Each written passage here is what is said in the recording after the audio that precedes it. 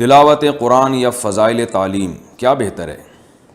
محمد امن دہلی سے پوچھتے ہیں، میں نے سنا ہے کہ اجتماعی عمل انفرادی عمل سے بڑا ہوتا ہے۔ ہماری مسجد میں عشاء کے بعد فضائل اعمال کی تعلیم ہوتی ہے۔ میں تعلیم کے دوران رات کی صورتیں سورہ ملک، حامیم سجدہ اور سورہ واقعہ پڑھ رہا ہوتا ہوں، تو کئی لوگ مجھ سے کہتے ہیں کہ پہلے اجتماعی عمل میں بیٹھو، اجتماعی عمل انفرادی عمل کے مقابلے میں پہاڑ جتنا ہے، تو میرے لیے اجر و ثواب کے لحاظ سے کیا کرنا بہتر ہوگا؟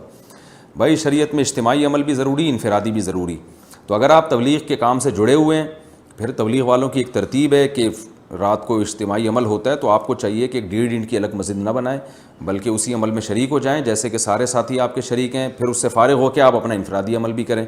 اور اگر آپ کام سے جڑے ہوئے نہیں ہیں تو مشورہ تو یہ کہ جڑ جائیں، ثواب ملے گا انشاءاللہ۔ پھر بھی نہیں جڑتے اس مشورے کے بعد بھی، پھر اگر آپ اپنا اس وقت انفرادی عمل بھی کرتے ہیں تو بھی ٹھیک ہے، کوئی گناہ نہیں ہے، لیکن افضل بہرحال یہی ہے کہ جب سب لوگ ایک کام کر رہے ہوں تو آپ بھی اس کام میں۔ اس کا تعلق جائز ناجائز سے نہیں ہے، اخلاقیات سے۔ گناہ کچھ بھی نہیں ہوگا، حامیم سجدہ یا سورہ واقعہ پڑھنے کا ثواب پھر بھی ملے گا آپ کو، لیکن افضل یہی ہے کہ اجتماعی نظم سے ہٹنا نہیں چاہیے، اس سے دلوں میں فساد بھی پیدا ہوتا ہے اور اختلاف و انتشار بھی ہوتا ہے۔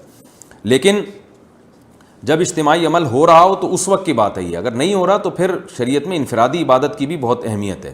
بعض لوگ سارا دن اجتماعی کاموں میں لگے رہتے ہیں، انفرادی کام نہیں ہوتے، تو جب اللہ کے نبی کو اللہ نے حکم دیا وَإِذَا فَرَغْتَ فَانْصَبْ، کہ جب آپ کاموں سے فارغ ہو جائیں تو اپنے آپ کو عبادت میں تھکائیں، انفرادی عبادت کریں، تو اس لیے انفرادی عبادت کی بہت اہمیت ہے اسلام میں۔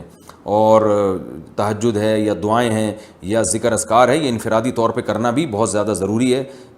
انسان کو جو ایندھن ملتا ہے، اللہ کی محبت ملتی ہے، وہ تو انفرادی عمل سے ہی ملتی ہے۔